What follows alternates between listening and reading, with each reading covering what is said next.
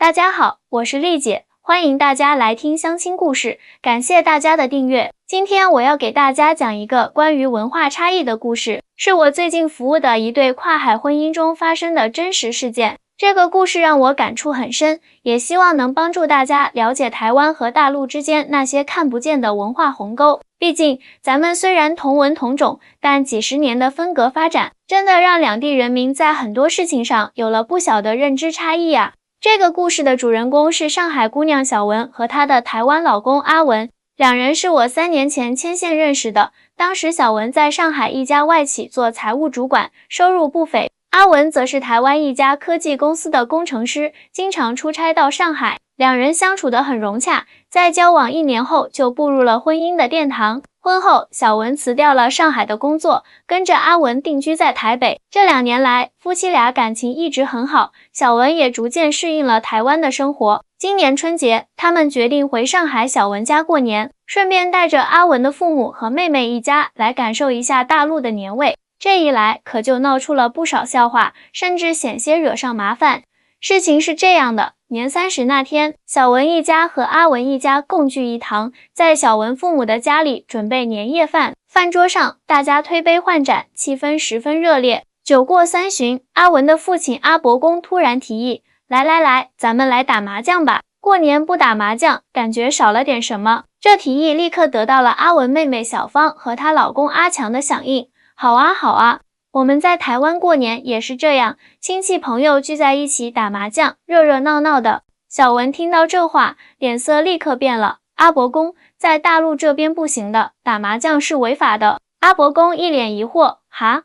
打个麻将也违法？我们又不是赌钱，就是图个乐呵嘛。就是啊，小芳也附和道，在台湾过年打麻将是传统啊，一家人围在一起，输赢就几百块新台币，根本不算什么。小文的父亲老周也笑着说，没事，自家人玩玩而已，不要紧的。看到两家人都不把这事当回事，小文急了，爸，您怎么也这样说？万一被人举报了怎么办？阿文看出了妻子的担忧，试图缓和气氛，要不我们玩点别的，扑克牌怎么样？扑克牌也不行啊。小文更着急了，只要是有输赢的游戏，在大陆都可能被视为赌博。此时，阿伯公已经从箱子里翻出了麻将牌，开始在茶几上摆起来。没关系啦，关起门来自己人玩玩，谁会知道？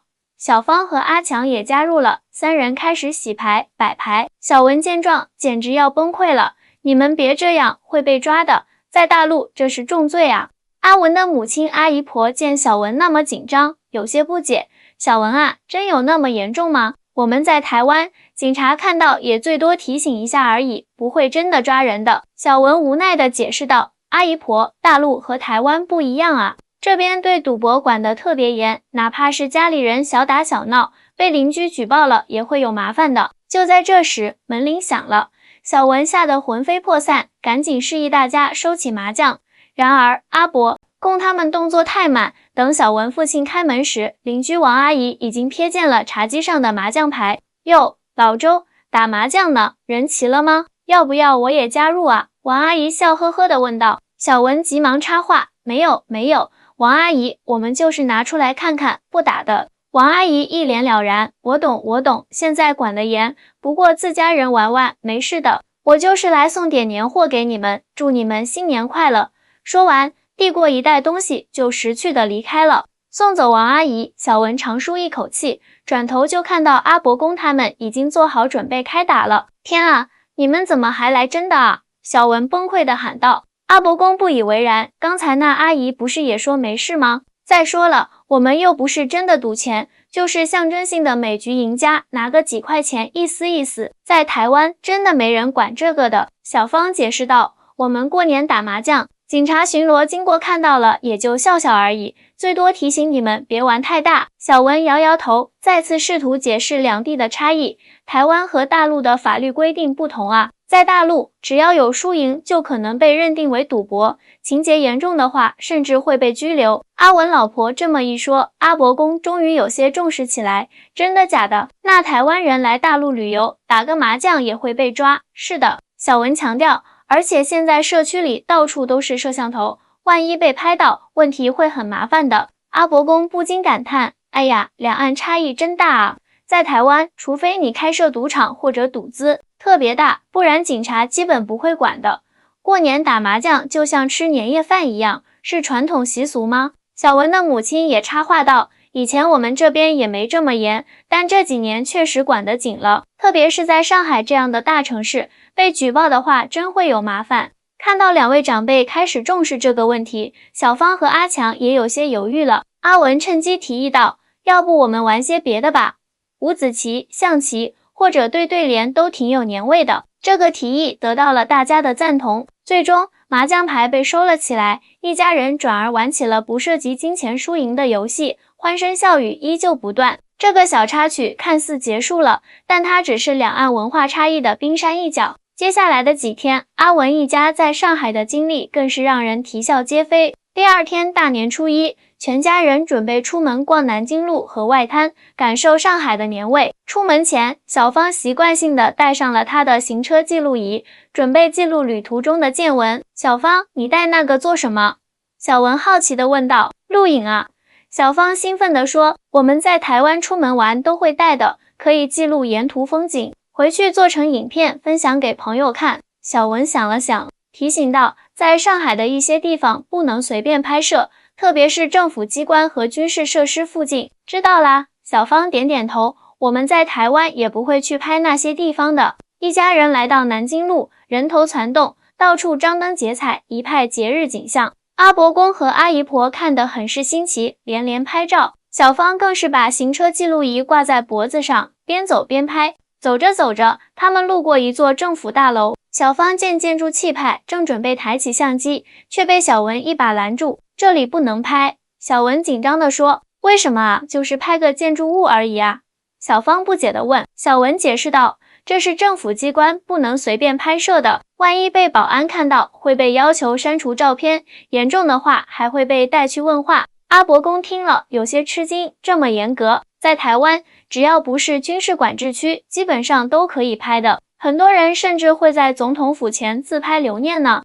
大陆和台湾的规定不同，小文耐心解释，这边对拍照有很多限制，特别是一些敏感区域。阿文也帮腔道，爸，咱们入乡随俗吧。来之前我也查了资料，大陆确实有些地方不能拍照，我们要尊重当地的规定。阿伯公点点头，但明显还是有些不习惯。奇怪耶，不就是拍个照片吗？又不是做什么坏事。小芳却不以为然，那我拍路边的行人和店铺总可以吧？这些应该没问题的，最好也不要随便拍陌生人。小文提醒道，如果别人不同意被拍，可能会引起纠纷。小芳撇撇嘴，哎呀，这边规矩真多。在台湾，我们常常在公共场所拍 vlog， 没人会介意的。阿强笑着安慰妻子，没关系啦，我们就拍拍风景和自己人就好了。虽然有些不情愿，但小芳还是听从了小文的建议，将行车记录仪的拍摄范围限制在了家人和一些明显的旅游景点上。接下来，一行人来到了外滩，准备欣赏黄浦江两岸的景色。走在外滩的人行道上，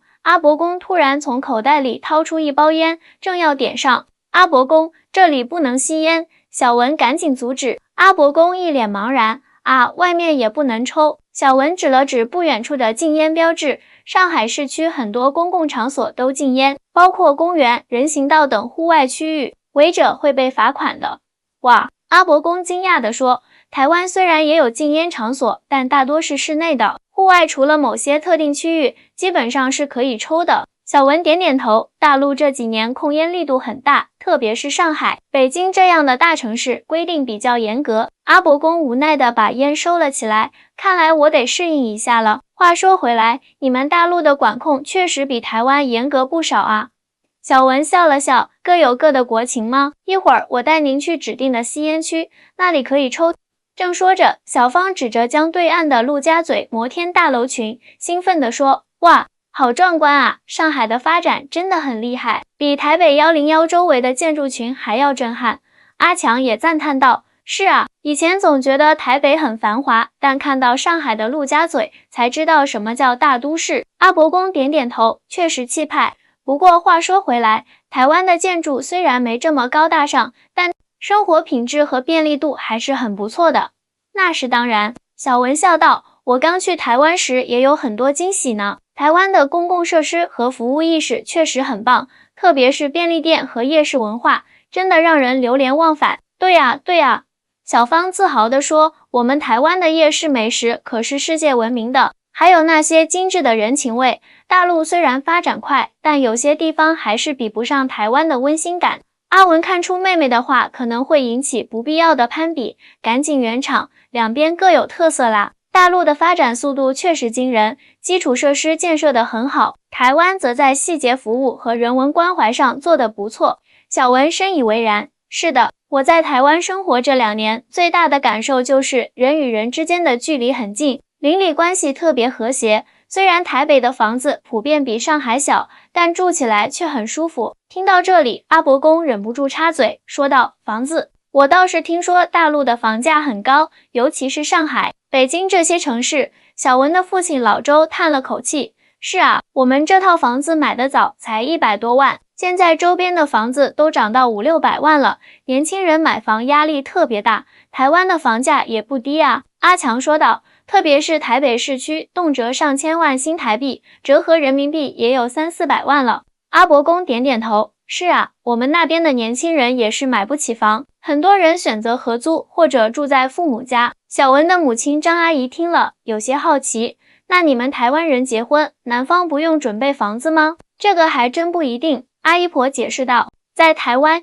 年轻人结婚，房子不是必须的，很多新婚夫妻会先租房住，有条件的父母可能会帮忙付个首付，但不像大陆这边，男方必须有房才能娶到媳妇。小文点头附和，是的，我当初和阿文结婚时也没有要求他必须有房，我们刚开始是租的房子，后来才在台北买了小公寓，这倒是挺不一样的。老周感叹道，在我们这边，男方要是没房没车，找对象都难，更别说结婚了。阿文笑道，文化差异嘛，台湾社会更注重2个人的感情和共同努力，房子、车子这些物质条件反而是其次。不过话说回来，小芳突然转变话题，我发现上海的马路上电动车特别多，而且都不怎么戴头盔，这在台湾可是要被罚钱的。小文解释道，大陆的电动自行车管理确实比较松，虽然有规定要戴头盔，但执行的不是很严格。不过最近几年已经开始加强管理了，在台湾骑车不戴头盔可是会被开罚单的。阿强说，交通规则执行的特别严格，闯红灯也是重罚。小文点头道，这点台湾确实做得好，交通秩序比大陆这边规范多了。不过大陆现在也在改进，特别是共享单车的普及，让城市出行更加环保便捷了。就在大家聊得热火朝天时，小芳突然想起了什么，对了，我听说大陆的微信支付特别方便，到处都可以用手机付钱，是真的吗？当然了，小文自豪地说，在上海，从高档商场到路边小摊，几乎都支持移动支付。你可以一整天不带钱包出门，只靠手机就能搞定一切。阿强显得很惊讶，真的假的？台湾虽然也有行动支付，但普及度远没有这么高，很多小店还是只收现金，特别是夜市和传统市场。小文点点头，这是大陆发展特别快的一个方面，移动支付、共享经济这些新事物，大陆走在了前面。阿伯公若有所思，看来两岸真的是各有所长啊。台湾在公民意识、环保和食品安全方面做得好，大陆则在基础设施和科技应用上发展迅速。没错，阿文笑道，所以我和小文经常说，我们要取两边的长处，互相学习。一家人边走边聊，不知不觉已经走了很久。太阳渐渐西沉，华灯初上，外滩的夜景开始展现它的魅力。五彩斑斓的灯光映照在黄浦江上，美不胜收，好美啊！阿姨婆赞叹道，上海的夜景真是壮观。是啊，小芳举起相机不停拍摄，这下我有素材可以剪辑 vlog 了。回台湾后一定要给朋友们看看大陆的发展。就在这时，阿强的肚子发出了一阵抗议声，大家这才发现，不知不觉已经到了晚饭时间。去吃饭吧，小文提议，我带你们去尝尝正宗的上海本帮菜。好啊好啊，阿伯公兴致勃勃，听说上海菜偏甜，和我们台湾口味不太一样，一直想尝尝。于是一行人来到了小文推荐的一家老字号本帮菜馆。进门后，服务员热情地迎了上来，带他们入座。菜单上琳琅满目的菜品让阿文一家看得眼花缭乱。阿伯公指着一道霸王别姬，好奇地问：“这是什么菜啊？名字这么有文化底蕴。”小文笑着解释：“这是一道创意菜，用鸡和鱼一起烹饪，象征霸王项羽和虞姬的故事。”哇，大陆的菜名真有意思。小芳惊叹道。台湾的菜通常就是直接写食材和做法，比如三杯鸡、红烧肉这样的。点菜时又出现了一个有趣的场景，阿伯公习惯性地对服务员说：“小姐，请给我们来一壶热茶。”服务员愣了一下，似乎有些不自在。小文赶紧解释：“阿伯公，在大陆，小姐这个称呼不太合适，容易引起误会。我们一般叫服务员或者美女。”阿伯公这才恍然大悟。啊，是这样啊，在台湾，小姐就是对年轻女性的尊称，没有别的意思啊。文化差异，文化差异。阿文笑着打圆场，然后转向服务员说：“服务员，麻烦给我们上壶茶。”吃饭时又发生了一个小插曲，台湾人习惯用公筷夹菜，而大陆这边却很少有这个习惯。当阿伯公提出要公筷时，服务员虽然提供了，但明显有些不习惯。台湾对公筷公勺的使用真的很普及，小文解释道，而大陆虽然也提倡，但实际执行的不是很好，这个台湾确实做得好。小文的母亲赞同道，疫情后，大陆也开始重视这个问题了，但还需要时间普及。饭后，阿强提议 AA 制付款，这又让小文的父母有些意外。在大陆，长辈请客是常态，哪有让年轻人出钱的道理？而在台湾 2A 制则很常见，表示对彼此的尊重。经过小文的解释，最终还是由老周坚持买了单。阿伯公则表示明天一定要回请，绝不能一直占便宜。这一天下来，两家人都深切感受到了两岸文化的差异，既有碰撞也有融合，既有误解也有包容。晚上回到家，大家围坐在一起，分享着各自的感受和见闻。说实话，我以前一直以为台湾比大陆落后，小文的父亲坦言，但通过这几天的接触，我发现台湾在很多方面其实很先进，特别是公民素质和环保意识。阿伯公也点头道，我也曾误解大陆的发展水平，总觉得就是高楼大厦而已，但实际来了才发现，大陆的科技应用和基础设施建设确实很惊人。其实两岸人民都有很多相似之处，阿文感慨道，同样重视家庭，同样勤劳善良，只是因为几十年的分隔，在一些习惯和观念上产生了差异。小芳也若有所思，是啊，就像今天的麻将事件，同样的行为在两地有完全不同的社会评价和法律定位，真的很有意思。所以啊，小文总结道，两岸交流很重要，只有相互了解，才能消除误解，增进感情。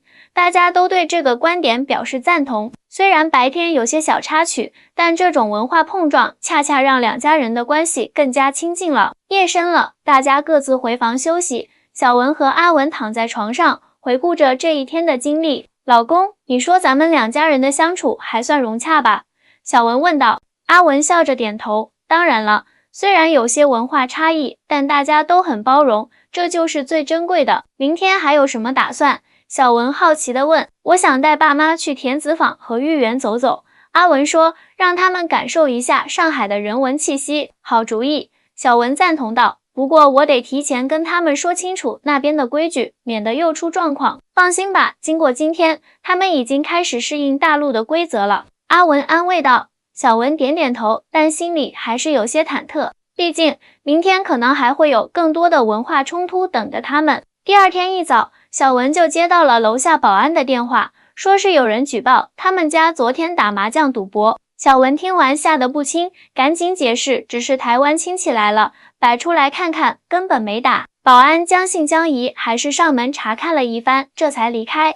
小文满头大汗地回到客厅，看到阿伯公他们正准备出门，不禁摇头苦笑，这就是我昨天担心的，好在我们没有真的打，不然今天可能就要去派出所做笔录了。阿伯公这下真的吓到了，天啊，原来你说的是真的。在台湾，过年打麻将就跟吃年夜饭一样平常，谁会管这个？阿姨婆也感慨道，两岸差异真大啊，我以前在台湾的时候，从没想过打个麻将也会违法。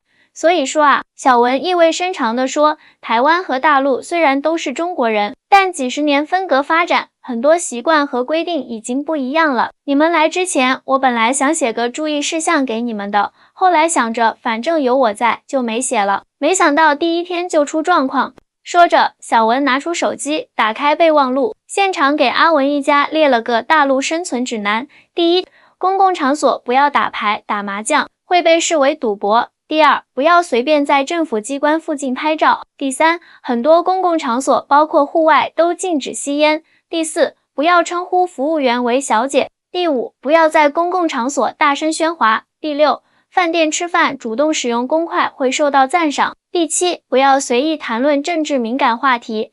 第八，排队时请遵守秩序，不要插队。阿文一家看完都认真的点点头。阿伯公甚至掏出手机拍下了这份指南。话说回来，阿强好奇地问，我听说台湾人到大陆旅游常常会被当成土豪，是真的吗？小文笑了，这可能是早期的印象了。90年代初，台湾确实比大陆发达很多，来大陆的台商都被视为有钱人，但现在情况已经不同了。大陆的经济发展很快，特别是一线城市，消费水平甚至超过台北了。确实如此，阿文补充道，我第一次来上海出差时，被这里的繁华震撼到了。商场里的奢侈品牌应有尽有，一点不比台北少。小芳若有所思，可能很多人还停留在老印象里。其实我发现，现在的台湾年轻人收入并不比大陆高。我们公司的新人月薪大概3、4万新台币，折合人民币才7、8千，而上海的应届生工资都有1万出头了，各有利弊吧。小文说，台湾的物价相对较低，福利制度也更完善，而大陆虽然工资高，但房价、教育、医疗的压力也大。阿伯公点头表示赞同，没错，台湾的健保制度世界闻名，看病非常方便、便宜。不过大陆的基础设施建设确实让人羡慕，高铁网络太发达了。说到这个，阿姨婆插话道，我看你们这边的老人好像特别喜欢广场舞，台湾就很少见。小文笑着解释，这也是文化差异啊。大陆的老年人很喜欢集体活动，广场舞既能锻炼身体，又能交朋友。台湾的老人则更喜欢自己的小圈子，去公园打太极，或者去庙里当义工。听到这里，阿文突然想起了什么。对了，今天我们去豫园，可以看看上海的传统文化，这应该是两岸最相似的部分了吧？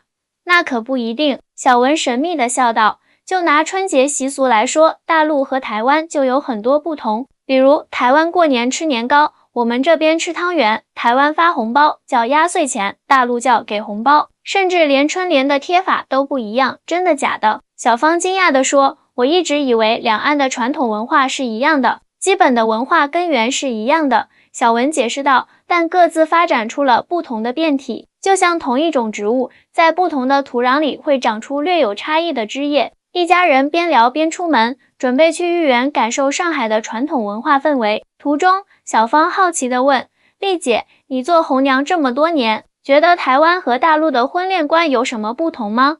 我笑着回答，差异可大了。大陆这边，特别是一线城市，女孩子择偶更看重物质条件，俗称房子、车子、票子。台湾女孩则相对更看重两个人的相处和情感基础，这我有发言权。阿文插话道，我追小文的时候，他从来没问过我有没有房子、车子，只关心我的人品和对他的态度。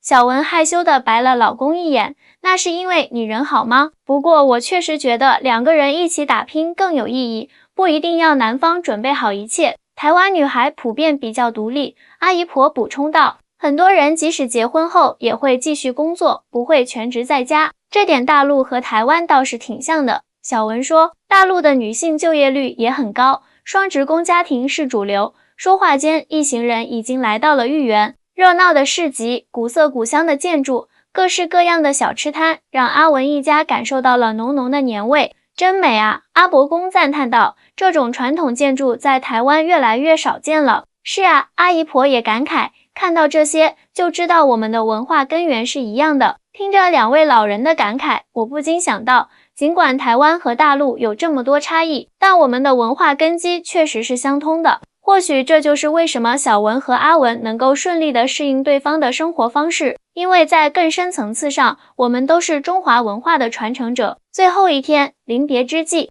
阿伯公拉着小文的手说：“小文啊，这次来大陆，让我改变了很多观念。原来两岸的差异这么大，但也让我看到了各自的优点。”小文感动地说：“阿伯公，您能这样想，我真的很高兴。其实我去台湾的第1年也经历了文化冲击，但慢慢的就适应了，还爱上了台湾的生活节奏和人情味。就不得，这就是交流的意义呀。”就不答，我插话道：“就不只有走出去，才能看到不同，也才能发现共通点。”完送走了阿文一家，我和小文坐在咖啡馆里聊天，他感慨道：“丽姐，这次接待台湾亲戚，真的让我学到了很多，原来我们之间的理解还是有偏差的。只有真正生活在一起，才能体会到那些细微的差异。”走，我点点头，这也是为什么我总说跨文化婚姻需要更多包容和理解。即使是两岸婚姻看似同文同种，实际上还是会有很多不同的生活习惯和价值观。但只要有爱，这些都不是问题。小文笑着说。看着小文幸福的样子，我想这大概就是我做红娘最大的成就感吧。希望大家喜欢今天的故事，如果您有什么想法，欢迎在评论区留言。喜欢我的故事，别忘了点赞、关注哦。丽姐，下期再见。